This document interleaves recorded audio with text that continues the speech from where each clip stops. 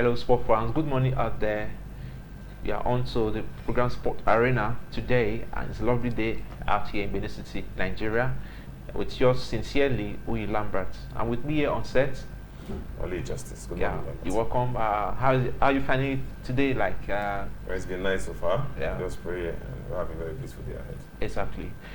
Welcome once again to the program Sports Arena, and we are here to bring you the trending news in the world of sports as it concerns per se the Tokyo 2020 Olympics coming up very soon on from Friday 23rd. That's by the end of this week, and we are here to bring you to speed with the recent news concerning the Olympics. And not only that, we look at the various events that will take place in Tokyo, how Nigerians' involvement will be rated, and other African countries in short will be involved in that very encounter in the Olympics. Then we look at basketball too.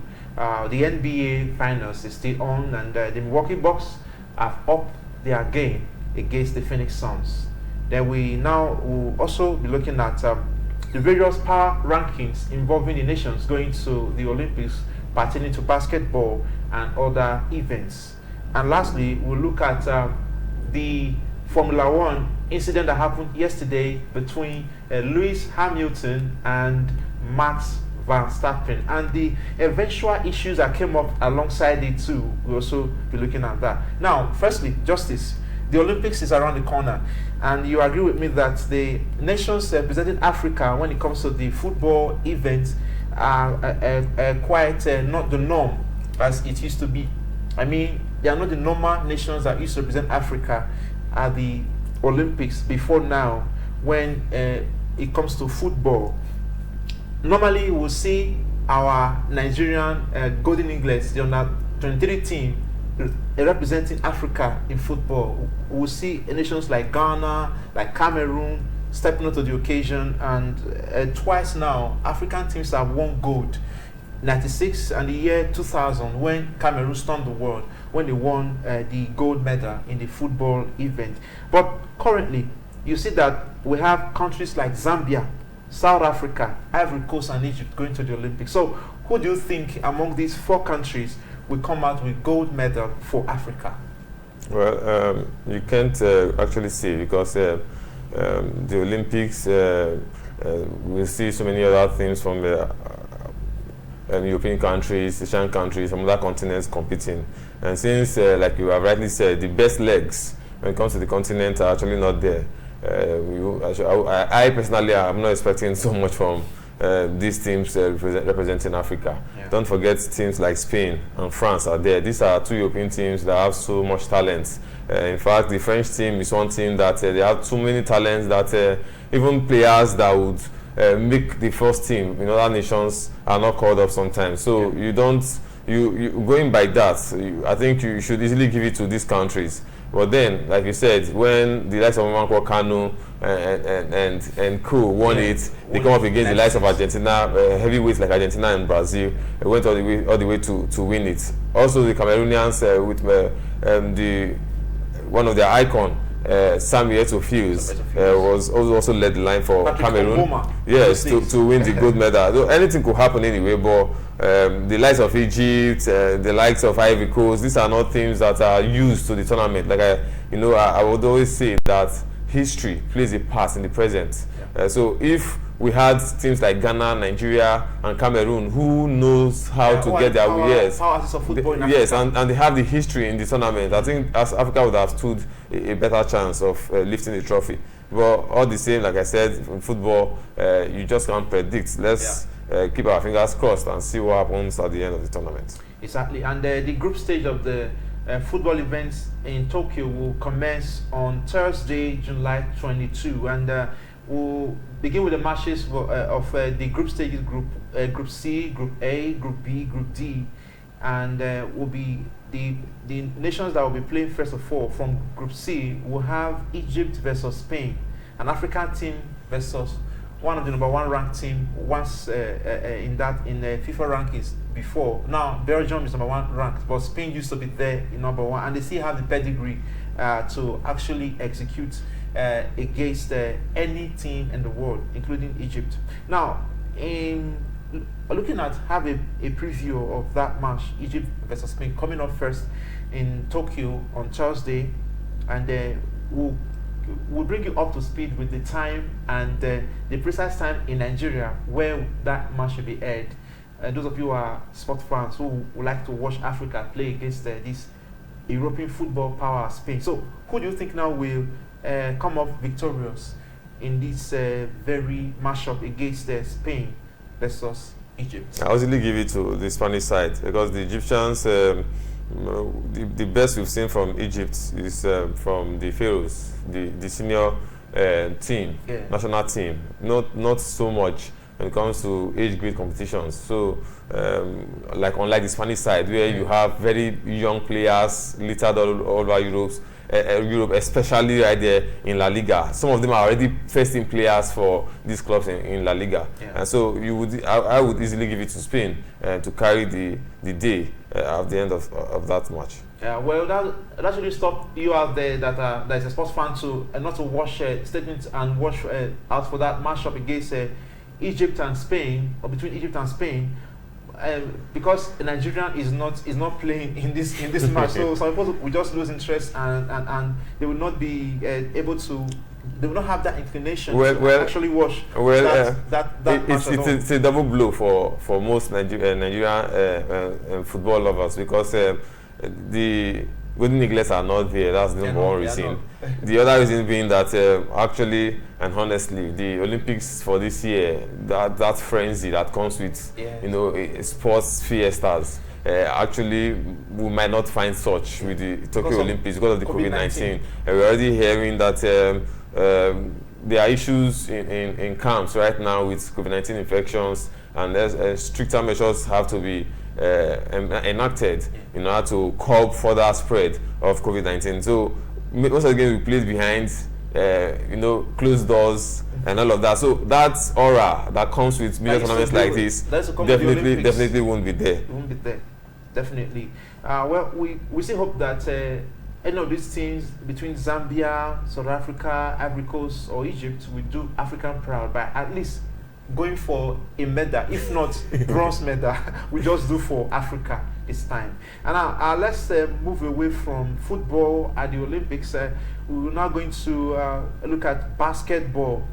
We heard last week that the Olympics, when it comes to the Olympics, the D Tigers of Nigeria, the basketball team of the Nigerian team, they played exhibition matches last week, and out of 3 matches that they played, they were able to win 2, and they lost the last one to the Boomers of Australia. And we also had the match last night or early this morning between the D Tigers, that is the female basketball team of Nigeria, playing against the USA basketball team. And US won them in 3-76. But the real issue on ground now is the issue of this lady that have played 10 years of basketball in the US. Her name, Nneka Ogumike. Then her sister, Erica, already is in camp for the basketball, the Nigerian contingent to the Tokyo Olympics. She's already with them in camp, training with them. And now, I saw a news this morning. The coach of the D Tigers, Otis Hewley, is an American too, an American coach. He's calling out to FIBA that they should allow Nneka Ogumike and Elizabeth Williams to play for the national basketball team of Nigeria. But FIBA is saying no, they will not allow this ladies to play because they've been too much involved with USA basketball for a decade. But there's a FIBA rule that have a kind of a leeway for these ladies to still play for Nigeria. The FIBA motto or mantra is that they are out there to grow the game of basketball around the world, and Nigeria especially, which basketball is not a favorite sport for so many of the populace here. And now these ladies are coming to play for the national team, and they are saying they shouldn't play. So the coach is calling out now that they should allow them to play, because that will encourage young ladies who have talents in basketball to venture into it and to go even to the NBA as well as play for the country eventually. So do you think that FIBA is doing a wrong thing, allowing these 2 ladies to play for Nigeria, or are they trying to cut off Africa from a medal finish in basketball event? that question is funny, isn't it? It's a little bit funny because I think there are rules in every game. Yeah. And of course, we know the rules in different sports. So if the rule is that after a certain number of games have been played, you've been involved in a certain number of games for a particular country, you're no longer eligible to play for this other country, just in case you want to switch allegiance, then it should be clearly stated that due to this rule, you are no longer eligible to play for the Tigres. But I would say if the rule permits that they could play for the Tigres, then why not? Because we know basketball, the home of basketball is in the US. And if you take a look at the squad of the Tigers and the Tigres, most of the players play their trades in the various clubs right there in the US. So I don't think they are short of stars right there in the US as a reason to deny these players playing, representing this the Nigerian national side. But then I just feel that probably they feel that these players must have been, will I say, tied. Okay. There are certain matches you play and you won't be eligible to switch allegiance. Probably that's why they are saying no, you cannot play. But if that's not a rule, just like you have in football, if you have a cap for a national side, even if it is one cap, even if you come on for 10 minutes as a youth substitute, and you no longer play again for that particular club, that is in football, you can no longer switch. So you just have to pick you just have to make your choice right and get it once and for all. So if these players knew before now that playing for the national side in the US would, forestall them playing for Nigeria, then they should know better. So there should actually be nothing to fight over, because the rules should clearly state what happens and what doesn't. Arbitration now. Since last week, they went to that court to appeal the case to see if they can still play for the national team of basketball in Nigeria, and they are yet to come out with a verdict from that court so far.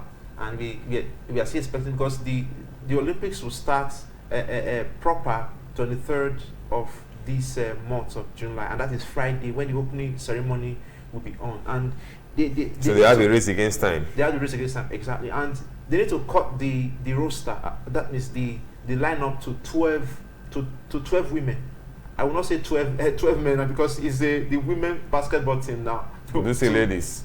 12 ladies on the roster. So they need to, and now they have about, let's say, 11 of them or 10 of them already, and those 2 ladies are delaying. The coach is waiting for them. I hope that they have their verdict and verdict goes the way of the Nigerian Basketball Federation and the Nigerian national basketball team, of course. Now let's move on to the next one. Last night, the USA basketball team thrashed the Spanish basketball team 83-76 in an exhibition match. Also, the USA team lost their first friendly or exhibition game to the Tigers of Nigeria, and that made a record. It made a lot of noise in the sporting world, because the Nigerian basketball team became the first African basketball team to beat the USA, the #1 ranked basketball team ever.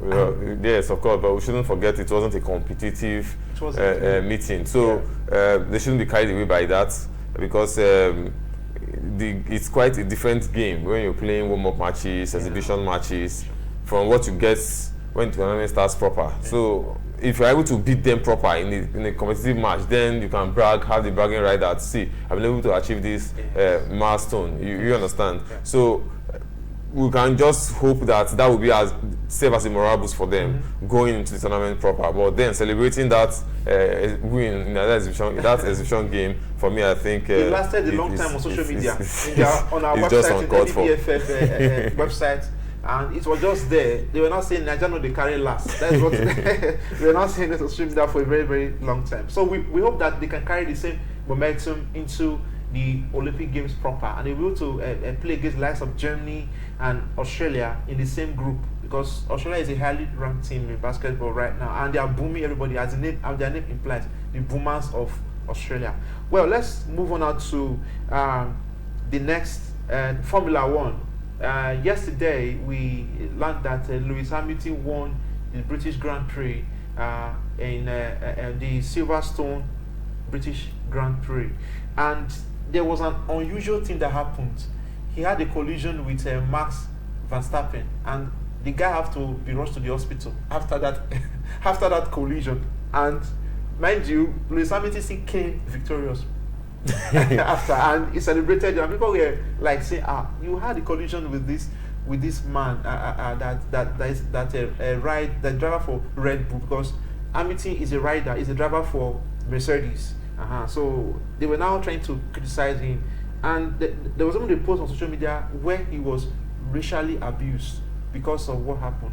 Verstappen is a white driver, but Hamilton is an African and is a black British driver. So what do you make of that? Lewis Hamilton is always number one in Formula One. We all know that, and now unusually he still came up victorious. It's just unfortunate that when you're making your nation proud as an athlete, everybody sing your praises, but once you fall short of their expectations, you see the other side of them. They resort to race abuse. Of course, you can't take it away from Lewis Hamilton. He's a professional driver. He's a champion. He's a winner. Whether he's black or not matters not, because he has proven time and again that he's a champion. It's just unfortunate that he had that collision with Verstappen. It's the usual thing for humans to react the way Verstappen is reacting right now, because whether or not it was intentional, which I want to believe it's not. It's not. So they will always want to have this reservation in the part of their heart that it was an intentional side of Hamilton to eliminate his biggest rival and go ahead to win the tournament. But all the same, like I said, racism is never the way forward. Racism is never something to bring into sport. That reminds us of what happened to the three Lions players, the likes of Marcus Rashford, Jadon Sancho, and Bukayo Saka. When Raheem Sterling was, dragging England all the way from the group stage to the next stage, nobody remembered that he was black until these guys missed their sports kicks. Then, boom, from nowhere, he started racially abusing them. It's uncalled for. I would say congratulations to Hamilton. For Verstappen, there are always tournaments he could try harder next time to see if he emerge champion. Like I said, time on unforeseen occurrence befall us all, says the Holy Book, the Bible. I remember very well a race, was it a French tour, a cycling race recently, where one of the bystander rooting for the athletes had to impede on one of the riders, and it resulted to a very big stampede instead of the rider. So things like this could happen. I don't really see, we wouldn't really say it was planned. We just have to accept the fact that Hamilton has won, congratulate him, and move on. Yeah, exactly. So let's now look at the transfer markets in football, where we learned that Manuel Locatelli, the Italian midfielder that just won the Euro 2020 championship with the Azuris of Italy, his Arsenal Football Club of England have eyes on this young man, and they are trying to tempt him with 40 million pounds, 40 million euros to come to be with Arsenal Football Club and to upgrade the lineup there, to be with the likes of Lacazette and Aubameyang. That's a 34 million pound fee. Arsenal, they are in the market for a creative midfielder. Haven't secured the services of Thomas Partey in the last winter transfer window. They have gone ahead to make inquiries about a certain Sami Lokonga from Anderlecht, who's also expected to be filling the void that will be led by Granit Xhaka should he leave Arsenal for AS Roma to join Jose Mourinho, who admires him so much. Manuel Locatelli, if the deal goes through, will be replacing the likes of Odegaard, who came on a short stint on loan from Real Madrid. Arsenal's eyes have been on Locatelli even before he went to the Euros, but then he showed some flashes of brilliance during the tournament.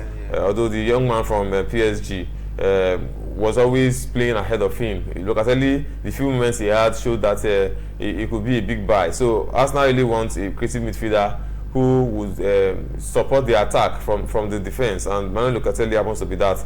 The young man has been saying that he prefers to go to Juventus because he's assured of Champions League football, playing for the old ladies. Yeah, but Arsenal right now have met with the valuation. His club is saying they want £34 million, and Arsenal have coughed out the money right now. So it's not left to the player to say whether or not he will go to Arsenal. Juventus right now, they've not come up with a very solid offer like Arsenal have done. So let's see what happens in the next few days, whether Locatelli will be joining Arsenal or not.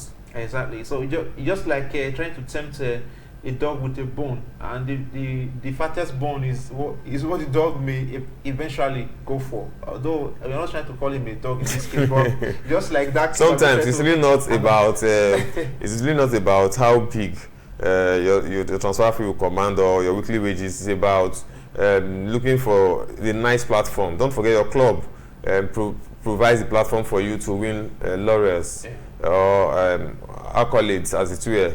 You know, beyond just the money, a player looks out for personal prizes like the Ballon d'Or, you know, Golden Boot, and so many things like that. Yes, trophies, league trophies, Champions League trophies. So when your club is not doing well, probably maybe they are not in the Champions League, they cannot command the respect of other players. There won't be the envy or the signature of other players to come and join. So Locatelli right now is looking at the fact that Arsenal, they are not in Europe, and Mikel Arteta, for the first time in 25 years, actually Arsenal are not in Europe. So I haven't evaluated the whole situation. Probably they are trying to see if they could get a stronger squad ahead of next season. We've heard they are going for Mascherano of Norwich City to play for the right back, where Bellerin will be vacating for Inter Milan or PSG. We also hear that a certain Ben White from Brighton and Hove Albion, who was also picked in the international side. Ever since he was picked, it was a statement to many that for this young man to be picked, it means he has what it takes. And Arsenal have been going for him. Right now, they've even met his £50 million evaluation. Wow.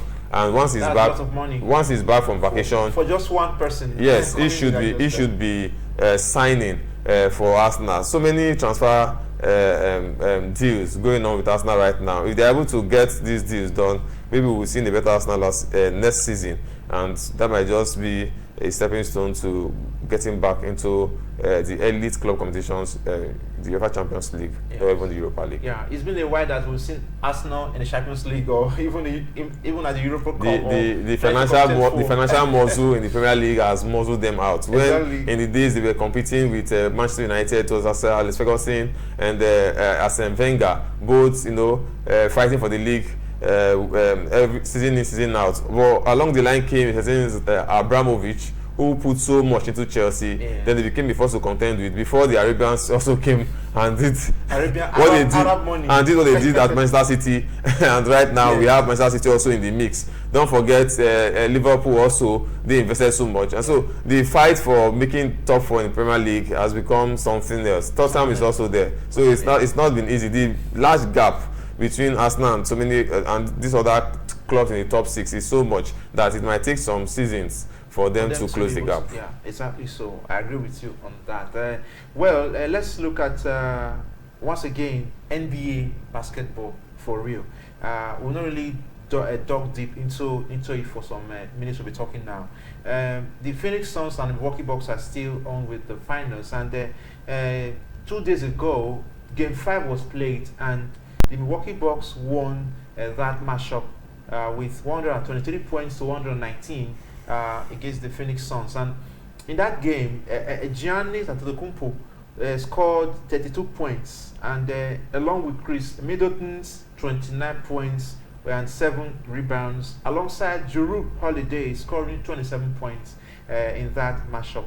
And the Phoenix Suns, Devin Booker had 40 points. This made it twice in the playoff that a young player below 25 years of age scored 40 points back-to-back in 2 matchups in the NBA Finals.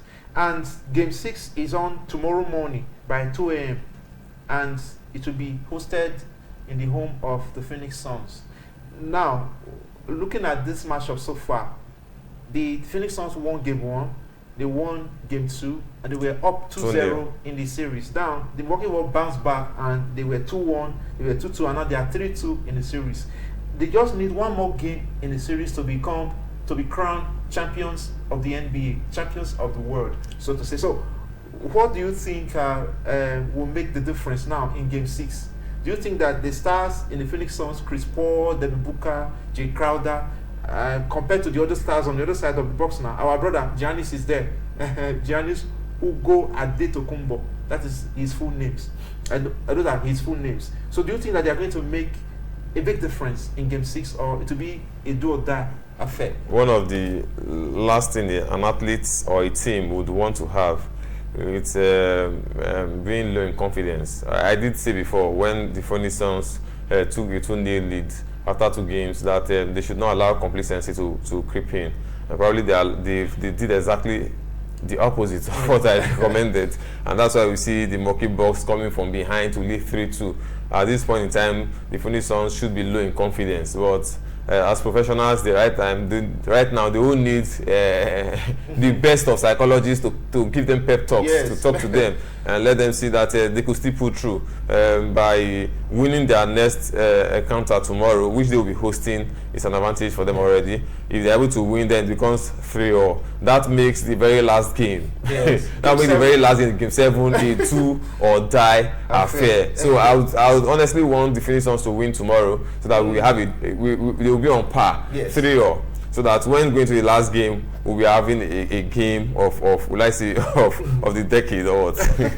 Exactly, just like the Game 7 of 2016 NBA Finals that happened between LeBron James, Cleveland Cavaliers, and the Golden State Warriors. That Game 7 was what really brought the best out of LeBron James, and Kyrie Irving was playing with him in that very matchup where they won eventually 4-3 at the end of the series. But let's keep our fingers crossed and see what Chris Paul have in his sleeves, and along with Devin Booker. Chris Paul is a veteran in the NBA, played in the NBA for 16 years, and he's 36 years old, and he has been longing to win a title in the NBA. And our own brother, Giannis Adetokounmpo, is just 25, 26 years old, and if he wins this, he will be among the highest ranked NBA player ever, along with the likes of Hakeem Olajuwon, that also played for the USA national team and won 2 back-to-back championships with the Houston Rockets in 94 and 95, when, of course, Michael Jordan was in retirement. He wasn't playing that time anyway. So let's keep our fingers crossed for all the games coming up in the Olympics, starting on Thursday, and also the transfer markets in Europe, both in the Serie A, the Premiership, and also the La Liga. We hope you have a nice time with us today on Sports Arena. I'm your host once again, Uyi Lambert, and I've been with my friend and brother, Ali Justice. So thanks for being here. It's a pleasure. It's a pleasure, and we'll do this again next time, maybe Wednesday. I think Wednesday, God willing, we'll be here to give you more from the sporting world. And of course, please don't forget to subscribe to our channel on YouTube, our VOS TV News, and also on Instagram and Facebook, VOS TV Nigeria. So it's been quite a time having you with us today, and you out there are sports fans. So from here in the studio in Benin City, Nigeria, goodbye and God bless.